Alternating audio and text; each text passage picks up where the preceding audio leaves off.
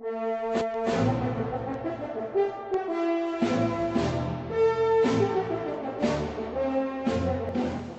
Williams, the long-standing anchor of NBC's Nightly News, came to Fairfield University's Regina A. Quick Center to speak to the students, faculty, and members of the Fairfield community. News 64 was able to get an interview with the award-winning journalist before he began his sold-out speech. First off, let me just start by asking you what you plan to address the students, faculty, and Fairfield community about today. I think I'll talk about our times. I think I'll talk about the challenge of the coming year. I think I'll talk about what I do for a living, who I am, my background, how it differs from a lot of the people who will be in the audience today. I failed to graduate from college. I happen to work in an industry where that credential isn't necessary all the time for advancement. I mean, you look at Cronkite and Jennings, two of the great names in my line of work, also failed to graduate from college. So in my line of work, reading is everything. Knowledge is everything. I think there's a huge confusion right now. A lot of people are confusing information with knowledge. We're no smarter a society because we have the internet. We have a ton of information. I don't think we're any more learned. So I think these are some of the points that'll come out today. And I have these two very sharp interrogators who are going to try to pin me down and make a complete fool out of me with my answers. Great. Mr. Williams, you've traveled all over the world and covered countless stories, and you've received many honors and awards for these stories. In the past couple of years, which trip or story that you covered has had the biggest impact on your life? I think that is, you know, it gets me to thinking.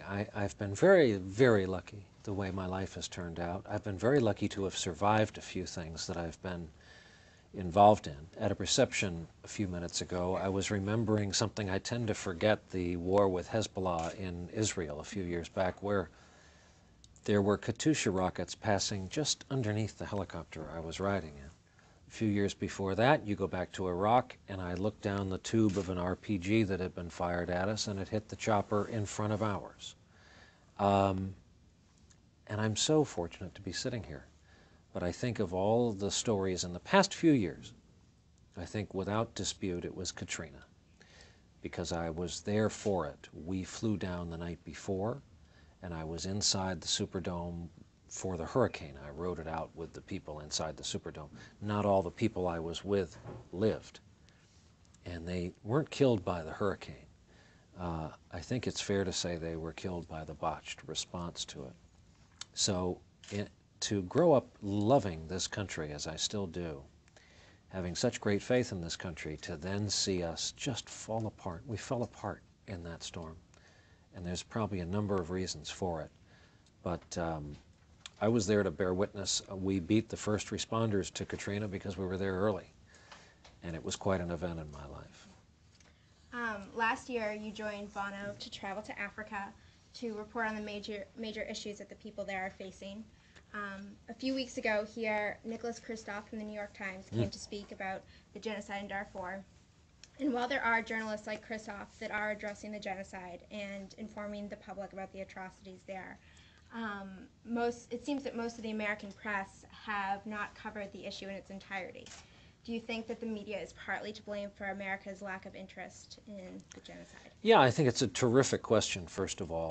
Nick Kristof has cited a co-worker of mine, Ann Curry, who has taken it upon herself fearlessly. This is a woman with children and a family who goes over to Darfur and has risked her life to report from there. I think it's a very fair question. It's a chicken and an egg proposition, really. Some great reporting is going on, and a tiny audience is seeing it. We realize that we reach about 10 million people a night, and that's about the largest news audience there is left anywhere. So we try to, it's very expensive and it's very costly and it's very dangerous. When I go to Iraq, as I have 4 times, I have to volunteer for it. No one sends me. I raise my hand. When I raised my hand recently and wanted to make my 5th trip in October, I have a coworker named Tom Brokaw who thought that was a bad idea. And he told me so. And so I canceled the trip. I didn't want, once he said, don't go, I don't think it's safe right now, that totally jinxed it for me. And what was I going to do? Look my wife in the eye and say, no, it would be fine. We don't have a problem with going to dangerous places. A lot of us consider that our jobs. But I think this, and I hope we do talk about this very question, this crux between if we air it, will people pay attention? We can't allow ourselves to be driven by public tastes all the time. I've had people say to me, no one's going to watch that. No one cares. And that's a cancerous, deadly, awful thing to say in a newsroom. Because, as you know, when you were being raised by your parents, a balanced meal contains stuff that we don't all like. I think lima beans are hideous, but they evidently contain great things. And into all lives come meals containing lima beans. I learned as a young kid growing up in New Jersey. So, you got to have your lima beans along with a balanced meal. We try to put things in the newscast that you read in the New York Times every day, you read in your local paper, that balance it out. And sometimes they're not pretty, they're not pleasant, but they reflect our world. Some people feel that journalists and the media dropped the ball when it came to the invasion with Iraq. Mm-hmm. And because of this, some feel that the media have become more of a lapdog than a watchdog for the government. What do you have to say about this, and how are journalists trying to work to regain this trust?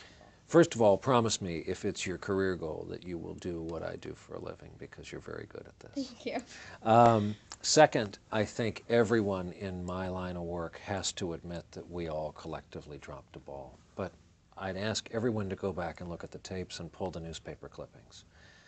We had just been hit harder than Pearl Harbor. You had Dan Rather crying on David Letterman. You had Jay Leno unable to contain his emotions. These are the people who entertain us at night. These are the people who were going to give us permission to laugh again. Rudolph Giuliani had to go on Saturday Night Live and say it's okay for New York to laugh again. We were badly hurt. And so the president, in a way, was handed a kind of sentimental blank check. We just said, go do whatever go get these bad guys and go find them and do what you've got to do.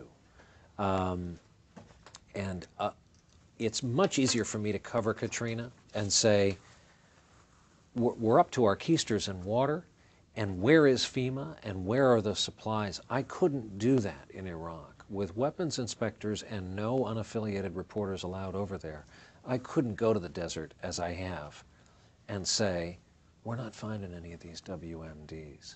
When you're talking about mobile labs, when Colin Powell gives the speech he gave before the UN, that was a disincentive to ask a lot of questions. I think it'll be looked on as one of the great media failures, but I also think it's much easier to say in the rearview mirror than it was then. For News 64, I'm Emily Fitzmaurice.